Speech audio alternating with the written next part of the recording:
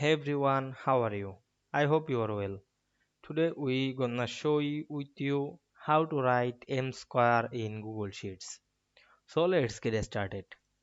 At first you have to open your Google Sheets software.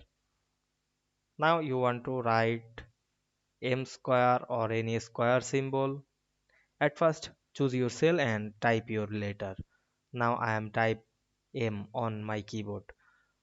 Now you want to add the square, you can add it superscript or subscript, but here not available the superscript and subscript.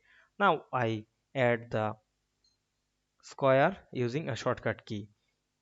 Press on your keyboard Alt, then type 0178 and we can see automatically added the square symbol. Now you can see we write m square very easily. Otherwise you can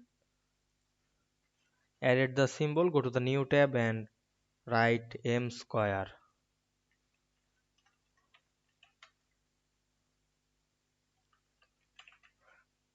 Then find the m square and copy this on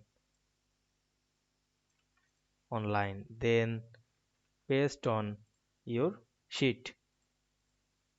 Now you can see we show the easiest way. I hope you understand this process.